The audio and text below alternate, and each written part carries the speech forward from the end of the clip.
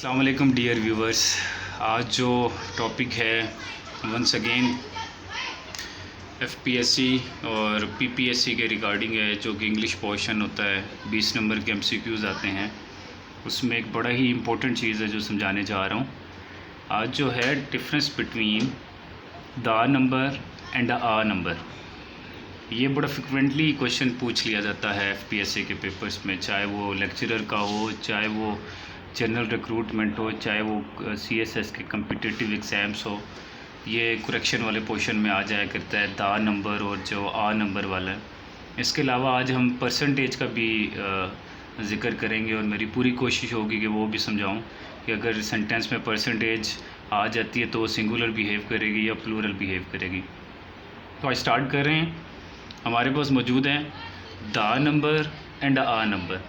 ये आपके लिए बड़ा ही एक हैरान कुन बात होगी कि दा नंबर जो है ग्रामेरियन के लिहाज से वो सिंगुलर बिहेव करता है और आ नंबर जो है ग्रामेरियन के हिसाब से प्लूरल बिहेव करता है।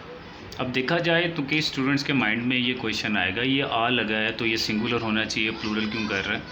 तो ये कुछ सेट रूल्स हैं जो कि ग्रामेरियन ने बनाए हैं, अब उनको हमें फॉलो करना पड़ता है।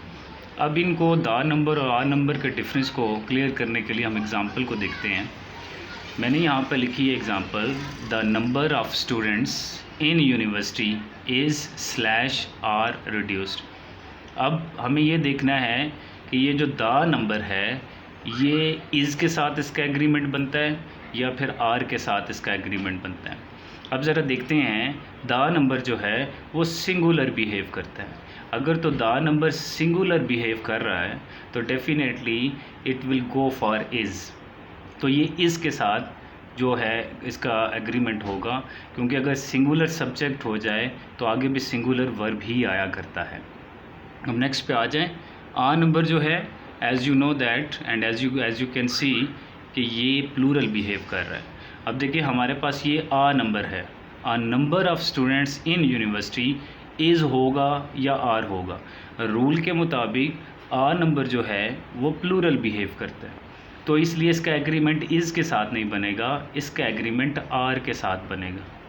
इसमें बड़े कंफ्यूज होते हैं लोग। एफपीएससी में क्वेश्चन अक्सर पूछ लिया जाता है, आपको 3 ऑप्शंस दे दी जाती हैं, 3 सेंटेंस दिए जाते हैं और आपको ये कहा जाता है चूज़ द करेक्ट वन।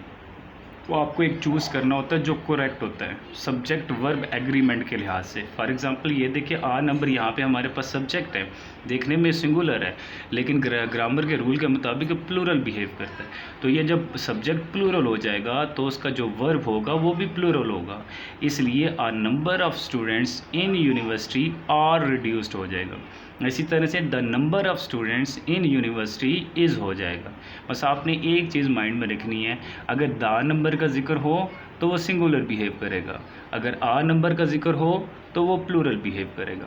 तो उम्मीद करता हूँ आपको ये डिफरेंस क्लियर हो गया होगा, डिफरेंस बिटवीन दा नंबर एंड आ नंबर। अब नेक्स्ट पे चलते हैं। अगर सेंटेंस के अंदर परसेंटेज का जिक्र आए तो हमने देखना ये है कि वो सिंगुलर बिहेव करेगी या फिर प्लूरल बिहेव करेगी। ये भी बड़ा इंपॉर्टेंट क्वेश्चन है, अक्सर एफपीएससी में ये क्वेश्चंस पूछ लिया जाता है।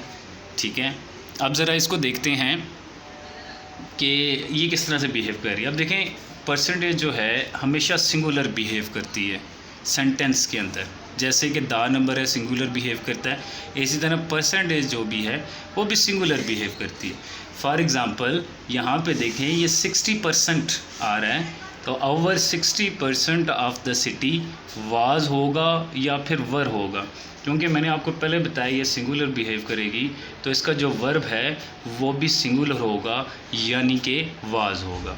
अब नेक्स्ट एग्जांपल देखें। नेक्स्ट एग्जांपल में परसेंटेज का जिक्र है, 20% ऑफ पॉपुलेशन इज़ होगा या आर होगा। जैसे कि पहले बताया है परसेंटेज सिंगुलर बिहेव करती है तो आगे वर्ब जो है वो भी सिंगुलर होगा, तो हम इस पे टिक करेंगे। तो ये इस तरह से होगा 20% ऑफ पॉपुलेशन इज़ इलिटरेट। तो उम्मीद करता हूँ आपको ये वीडियो पसंद आई होगी और आपके ये 2 क्वेश्चन भी तैयार हो गए होंगे। Thank you so much.